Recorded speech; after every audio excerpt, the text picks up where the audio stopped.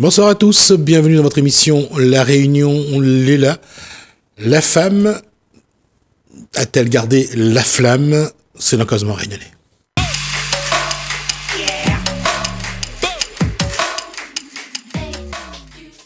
Merci Lalaine, et je me suis totalement ramassé, donc c'était Impact. Donc c'est le nouveau jingle pour recevoir Corinne Salommareux, bonsoir. Bonsoir Jasmine. Impact, pourquoi Impact?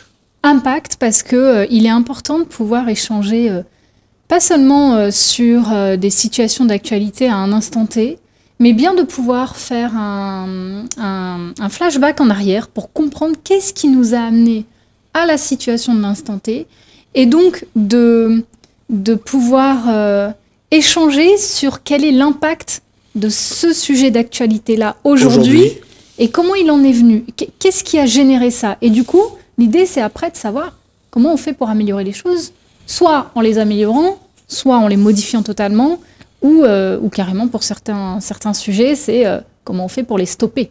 Voilà. Échanger totalement la donne. Échanger totalement la donne. Et je pense que sur le chemin parcouru de l'histoire de la Réunion, on voit que parfois, ce qui est impressionnant, c'est qu'il n'y a pas de cohérence. Il y a des choses qui arrivent parce qu'il y a des décisions qui sont prises un petit peu chacun de son côté. Et dans tout ce que ce qu'on a pu dire sur ce plateau, c'est peut-être là la faiblesse de la Réunion, c'est que il n'y a pas un groupe qui pense, qui décide ensemble. C'est chaque individu qui prend une décision. En fait, au-delà de ça, oui, chaque individu prend une décision pour sa communauté. Mais au-delà de ça, parfois, c'est carrément... moi, ce que je trouve impressionnant, c'est que parfois, c'est une décision d'une minorité de personnes qui va influencer toute une collectivité, finalement, toute une majorité de personnes. On l'a vu, par exemple, pendant la crise des Gilets jaunes sur l'île. On a une publication Facebook qui a très bien circulé à ce moment-là, où on avait une vision en grand recul de la route du littoral, et où effectivement la route du littoral est bloquée par une poignée de personnes, 10 à 12 personnes, pour finalement bloquer des milliers et des milliers d'automobilistes qui ont envie de se rendre au travail, qui ont envie de déposer un proche pour faire des soins, qui ont envie d'emmener les enfants à garder quelque part, qui ont un animal malade dans la voiture, qui ont une personne âgée. Et ça, c'était effarant parce que la publication Facebook précisait 20 personnes seulement, enfin 10 une poignée d'une dizaine de personnes sont en train d'emmerder un millier de personnes. Et c'était dingue parce que, et de toute façon, c'est un schéma qui se répète régulièrement dans les décisions politiques, parce que au Sénat, finalement, ils sont une poignée à normalement représenter toute la population ou différentes catégories de population. 350. Et pour autant, ils sont en train de prendre des décisions qui ont un impact très souvent sur la minorité concernée par la décision, avec finalement un impact encore moins qui apporte des conséquences lourdes pour le reste de la majorité des personnes. Alors, sur le Sénat, ils sont à peu près 350, mais dans la Constitution, c'est la Chambre qui vote des lois, mais son vote n'est pas pour autant pris au final n'est pas toujours pris en compte. Et pour l'Assemblée nationale, c'est 567 députés qui prennent des décisions. Est-ce que pour autant ça arrange 66 voire 67 millions de personnes? Quand on regarde la légalisation du consentement à l'âge où ils l'ont précisé, c'est inquiétant. Ça arrange qui, ça? Est-ce que les enfants eux-mêmes, les personnes concernées par cette loi, ont été sollicités pour prendre une telle décision? Ou est-ce que ça arrange plutôt ceux qui ont un problème de pédophilie et qui ont hâte de pouvoir se marier ou d'avoir une relation sexuelle avec quelqu'un qui a encore un corps d'enfant? Ça arrange qui, réellement? C'est ça, en fait. Non, mais vraiment, le sujet est là. Non, je suis d'accord. Le sujet, c'est une minorité prend une décision qui a un impact sur la majorité. Si on remonte à 40 ans en arrière, à l'Assemblée, au Sénat, le plus jeune devait avoir 60 ans. Et après, c'était jusqu'à 90 ans. Là, ça a changé. Avant, c'était pour être sénateur, il fallait avoir 35 ans, minimum. Aujourd'hui, il y a pas d'âge. Mais la question posée par Corinne Sarah-Mareux est tout à fait intéressante. Mais comment choisir les bonnes personnes pour prendre les bonnes décisions? Si on reste dans le schéma politique, c'est pas possible. Pourquoi? Parce qu'au niveau politique, on le sait, les politiciens standards font des campagnes politiques avec un discours rodé qui influence et qui cherche à convaincre le peuple, ou en tout cas la majorité du peuple, grâce à un travail de verbatim. Le verbatim, c'est une catégorie de mots employés dans un contexte précis pour faire passer certains messages. Et ça, on le sait, à l'ENA ou aux écoles politiques, ils l'apprennent ça. Ils apprennent à convaincre. Comme en marketing d'ailleurs. On vous convainc de manger telle marque de yaourt avec des arguments probants. Sinon, si on ne sort pas d'arguments, personne ne va aller chercher ce yaourt ou ce gel douche. Nous sommes toujours dans la communication. Et on est toujours dans la communication. Et la communication, c'est une branche qui frôle la manipulation. C'est pour ça qu'aujourd'hui, même dans l'histoire, on se rend compte que il y a des gens qui ont décidé de falsifier l'histoire.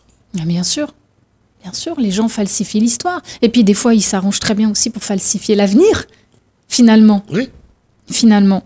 La dernière fois, on se disait que on en arrivait à faire le tour au niveau de l'histoire. On a étayé les événements qui se passaient entre la métropole et la Réunion en 1971, où en métropole, on cherche à légaliser l'avortement, alors qu'à La Réunion, on cherche à maîtriser la démographie. Ouais. Et donc on force les femmes, enfin c'est même pas qu'on les force, c'est qu'on les fait avorter à leur insu, pendant qu'elles sont sous une anesthésie générale et qu'elles étaient venues pour totalement autre chose, pour quelque chose de bénin. Et finalement, la femme se retrouve sans enfant dans le ventre quand elle sort de l'hôpital. Donc ça, on l'avait vu.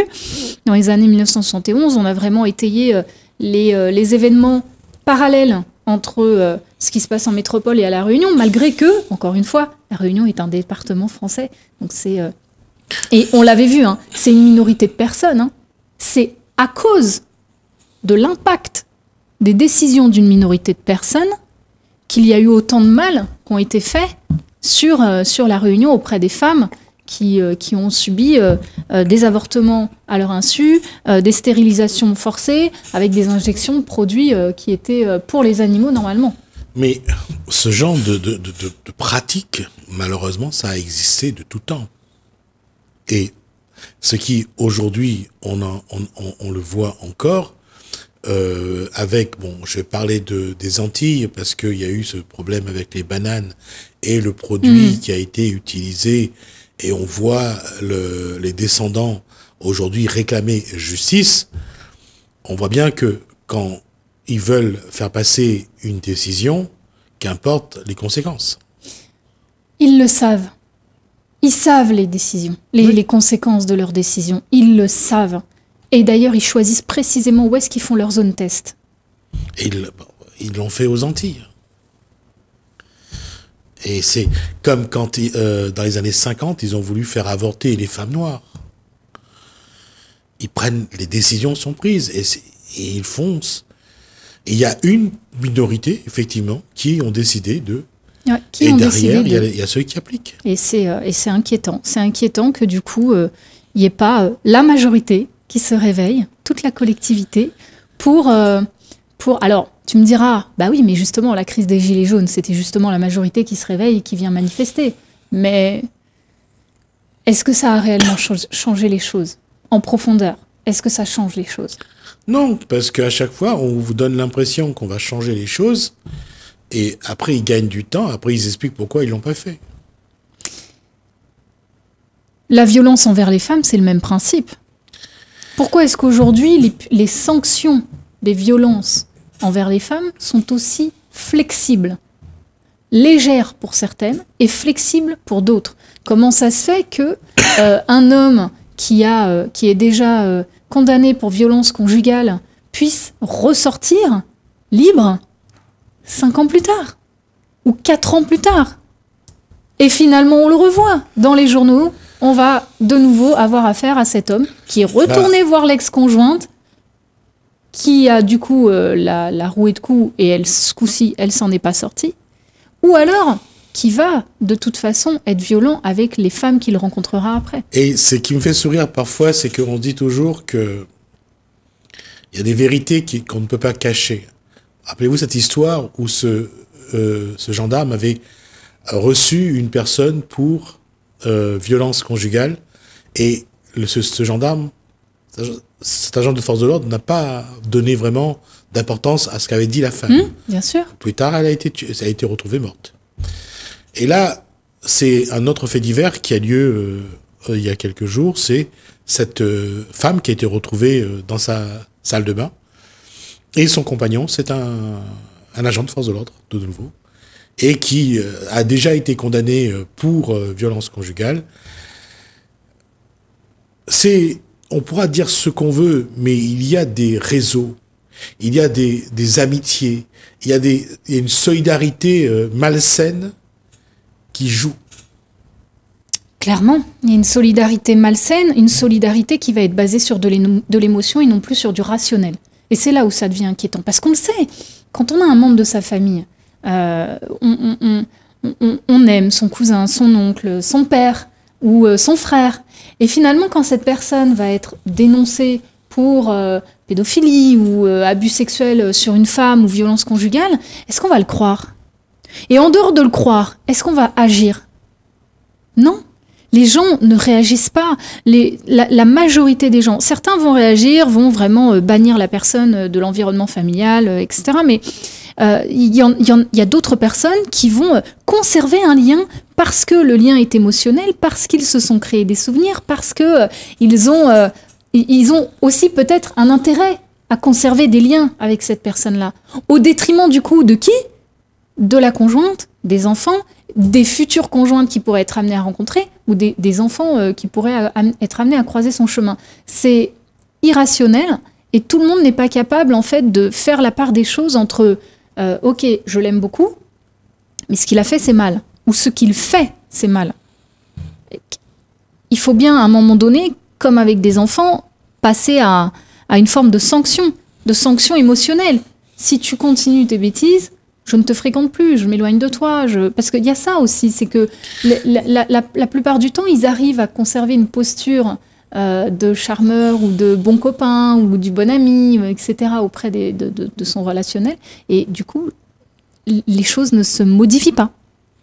Il y a quand même un fait aussi, c'est-à-dire que quand on regarde un petit peu à plus grande échelle là où il y a de la pédophilie, là où il y a de la violence faite aux femmes, lorsque toute une structure est impliquée, et là, ils mettent vraiment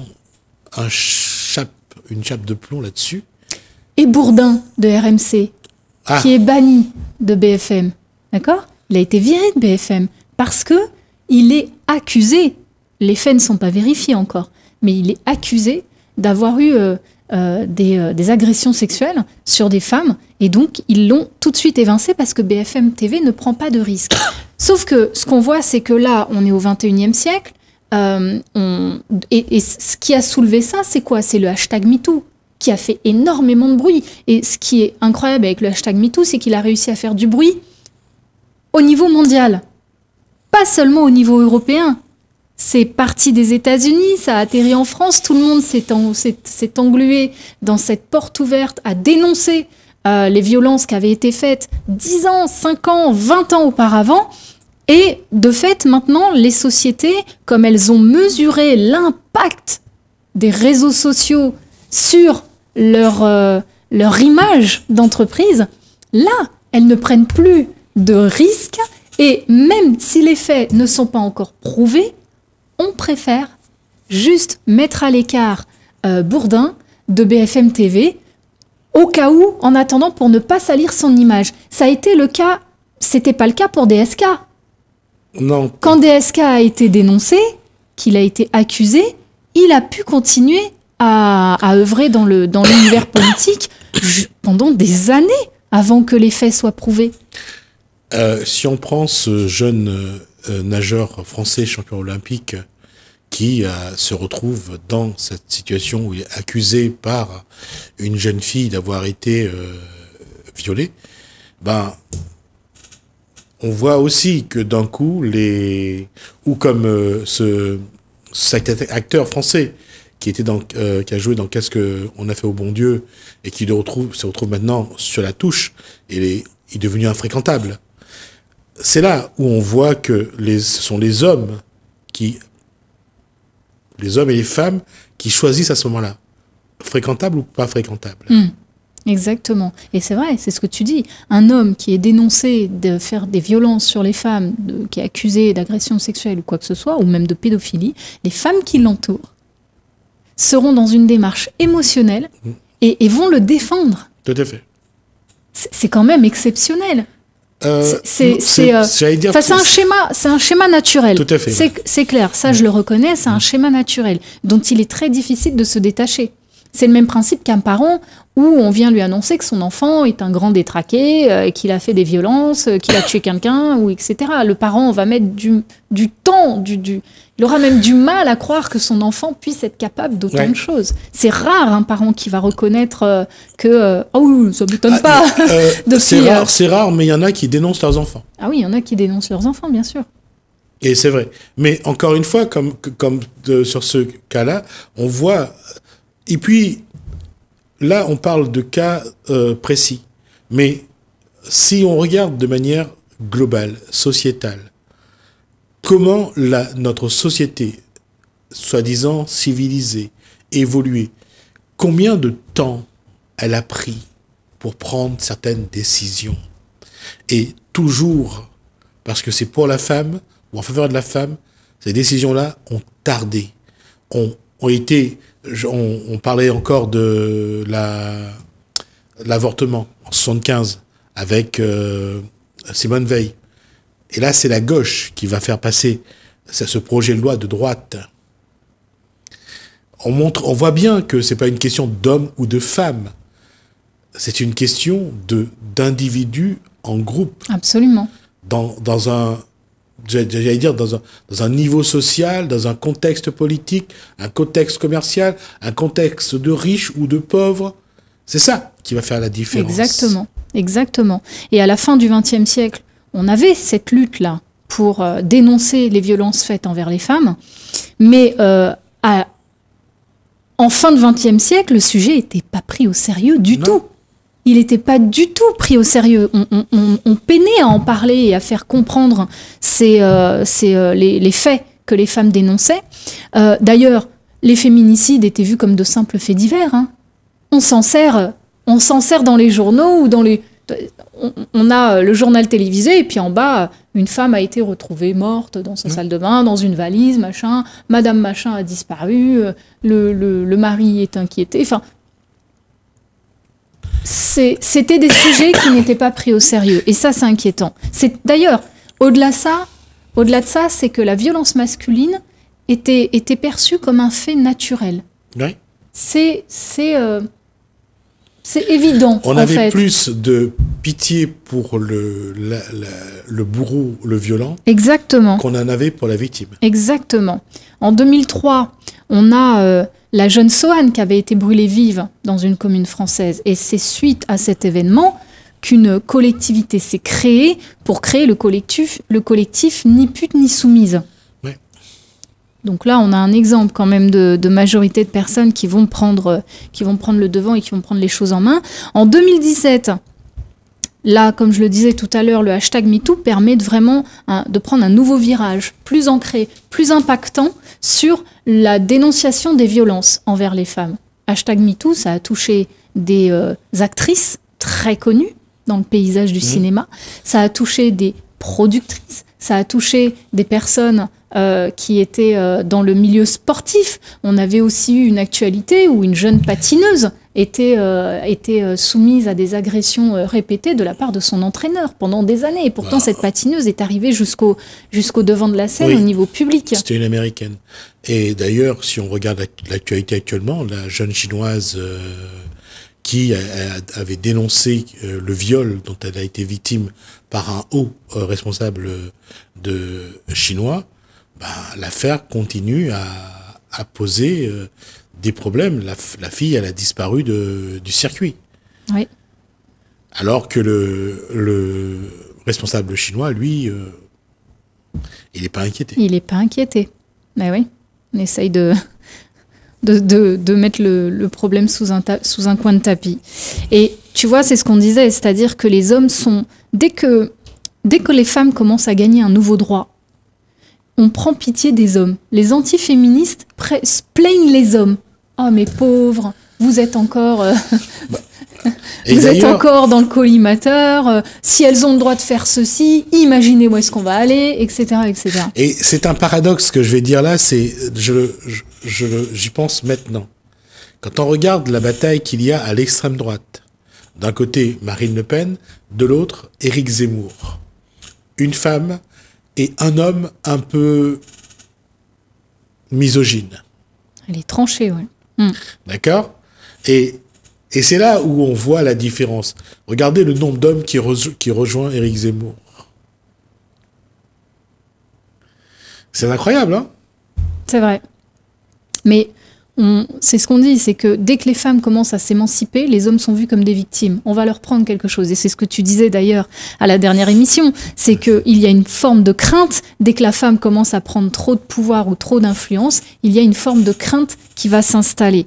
Et il y a beaucoup d'institutions, qu'elles soient religieuses ou pas, qui sont victimes de leur propre histoire dans cette rupture d'alliance entre hommes et femmes. C'est vraiment des décisions qu'elles ont prises à un instant T de l'histoire qui fait que un fossé s'est créé entre les hommes et les femmes. On a vécu, on le sait, on a vécu des millénaires de patriarcat. Des millénaires. Par contre, la bonne nouvelle, c'est qu'on a eu le temps de les étudier. Et je pense sincèrement qu'on a réussi à inscrire en douceur sur les années précédentes, les décennies précédentes, l'ère de la femme qui se révèle, l'ère de la femme qui prend sa place, qui va au devant de la scène et qui va obtenir le droit officiel de faire certaines démarches aux yeux de la loi.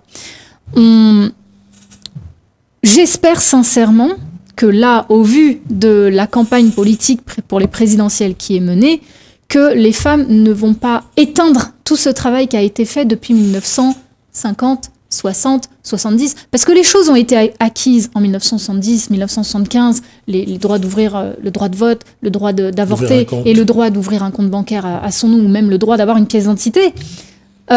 Mais comprenez que la date à laquelle ces choses-là ont été obtenues, c'est un travail de longue haleine qui s'est étalé sur plusieurs décennies précédentes. Oui, tout à fait. Autrement dit, aujourd'hui, en 2022, ça serait intéressant que la communauté des femmes commence vraiment à s'impliquer et à faire valoir leur droit de vote pour faire passer un ou une candidate qui sera à même de représenter les droits de tout le monde. De tout le monde. Et pas seulement d'une minorité de personnes, et surtout un ou une candidate qui viendrait de nouveau faire des pas en arrière sur le droit des femmes. Alors, ce que je propose, c'est parce qu'on a déjà dépassé le temps de 3 minutes déjà, c'est que on étale dans le temps et on essaye d'avoir avec une invitée ou un invité, voir un petit peu quelle est la posture des uns et des autres. On fait ça à partir de... On fait ça à partir de la prochaine parce qu'on a bien dressé le portrait historique, autant de la Réunion que de la métropole, qui place les dates clés finalement et les événements clés qui ont créé cette situation et cette disruption entre les hommes et la femme. Donc du coup, il faut, maintenant qu'on a dressé puzzle après puzzle, là c'est bon, on peut se projeter sur le présent et ensuite sur comment, sur l'avenir. Et regardez demain. Merci. Exact. Corinne Merci. Salvan-Mareux, en tout cas, pour cet échange. Et c'est important parce que je pense que la Réunion est un vrai laboratoire parce qu'il y a beaucoup de femmes avec des des façons d'être différentes, alors allons voir un petit peu comment ça peut évoluer. Merci Corinne Salomon. Merci Gismi. Merci à vous de nous avoir suivis. Merci Alain, merci François. Je vous dis à bientôt.